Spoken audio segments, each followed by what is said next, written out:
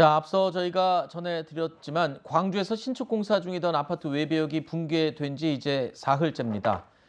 오늘 오전에 수색 작업에서 실종자 한 명이 지하 1층 계단 난간에서 발견이 됐죠.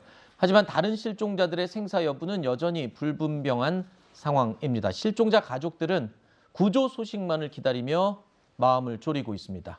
들어보시죠. 새벽에 몇 동지 알아요? 영하 6도예요, 영하 6도. 광주가. 가족들이 지금 열불을 안 내느냐, 이 말이죠. 살아있으면 그 사람한테 희망을 주기 위해서 불이라도 켜주든지, 아니면 방송이라도 해주든지, 그거라도 하라고도 하지도 않고, 못 들어가게 막고. 우리는 마냥 이렇게 기다리고 막 있고, 시원시원하게 뛰다가 뛰지도 않아 먹고, 마음이 어떻게 말할 수도 없고, 지금. 중요한 거는 사람을 구해야 되고 저기서 살아있을 수도 있잖아요. 제가 어제 저 들여보내달라 그랬어요. 제가 후레쉬 들고 가서 찾겠다고. 이번 붕괴 사고는 예견된 인재라는 지적이 계속 쏟아져 나오고 있습니다. 원래요, 요즘처럼 추운 겨울에는 기온이 영하로 떨어지면서 콘크리트를 붓더라도 양생하는데 더 오랜 시간이 걸린다고 합니다. 그런데 시공사인 현대산업개발 측에서 현장에 11월 입주까지 기간을 맞추라며 공사 기간 단축을 압박했다는 증언도 나오는 것으로 알려지고 있습니다. 결국에 가장 기본적인 원칙조차 지켜지지 않았고 그러다 보니 이런 참사가 또 발생했다는 이야기가 곳곳에서 나오고 있습니다. 자, 그런데 이 현대산업개발이라는 회사가 그냥 작은 회사도 아니고 또 이 회사가 만드는 아파트가 전국에 얼마나 많습니까? 그런데 이번 사고 글쎄요, 이해할 수 없는 부분이 꽤 많습니다. 아니, 무리한 요구를 하는 거를 모를 리 없었을 텐데요. 그러니까 좀 이해가 안 되는 부분인데요. 현대산업개발 같은 경우 시공능력평가 9위입니다.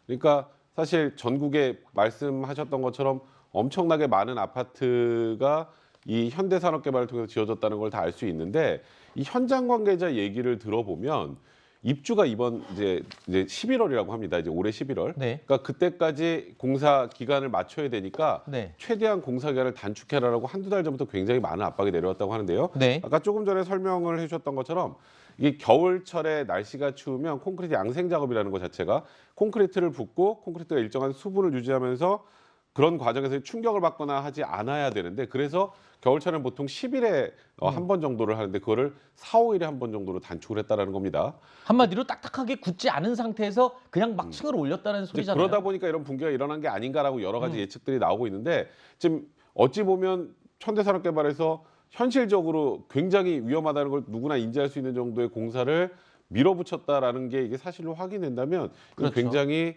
큰 문제가 아직까지는 지금 될 수 있는 그런 상황입니다. 현장의 증언으로 나오는 맞습니다. 거지 지금 저희가 확정적으로 말씀을 드리는 부분은 아닙니다. 하지만 하나 궁금한 게 있습니다, 전 변호사님. 아니, 이 현대산업개발이 만드는 이 아파트 브랜드, 제가 특정을 하지 않겠습니다만 전국에 얼마나 많이 지어져 있지 않습니까? 그런데 이 지역에서 지금 이 아파트에서 이런 사고가 발생했다.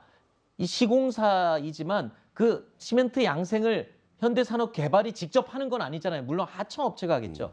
예, 이런 이 건설 작업을 보면은 보통 이렇게 현대산업개발 같이 큰 회사는 처음에 설계만 하고 나중에 하도급 업체들이 실제 이렇게 공정을 진행하는 과정들이 많거든요. 네. 근데 저런 큰 회사에서 위험을 무릅쓰고 대규모 아파트를 지으면서 바닥도 안 말랐는데 빨리빨리 올라갔다? 거기에 그럴 수밖에 없었던 어떤 문제가 있는 게 아니냐 우리가 당연히 의심해 볼 수 있는 문제거든요. 구조적인 문제를 말씀하시는 그런 거죠? 어떤 그 왜 사고가 났는지는 바닥이 안 구웠는데 벽을 세웠대. 이걸로만 이제 판단이 될 수가 있지만은 여기서 그치고 이거 누가 지시했어 처벌하고 그친다면은 미봉책밖에 안 되는 거고 네. 이런 물리적인 원인 외에 그럴 수밖에 없었던 구조적인 문제라든지 하도급 업체 선정 과정에서 늘상 나오고 있는 문제가 지역 토세력과의 유착 문제잖아요. 그거부터 그 다음에 민원이 그렇게 많이 들어왔다는데 공무원들은 제대로 조치를 하지 않았는지 네. 삼풍백화점 무너졌을 때부터 계속 제기되어 온 문제거든요. 이런 것들을 전방위적으로 우리가 들여다봐야지 왜 무너졌네 거기에만 너무 초점을 네. 맞추면은 이런 일은 언제건 재발할 수 있다고 봅니다. 이런 문제를 방지하기 위해서 관리하고 감독하고 감시하는 시스템은 분명히 있을 건데 그런 장치들이 하나도 작동하지 않았다라는 점을 들여다봐야 한다. 네. 지금 그 지적이신 거죠. 직접적인 붕괴 원인이야 당연히 뭐 시멘트 양생 얘기를 할 수 있겠지만 그렇게 허술한 것을 아무도 못 본 척 그냥 내버려뒀다는 것. 정말 그 업계 구조상의 문제점이 심각하게 있을 수 있다는 점을 지적을 하신 걸로 이해하겠습니다.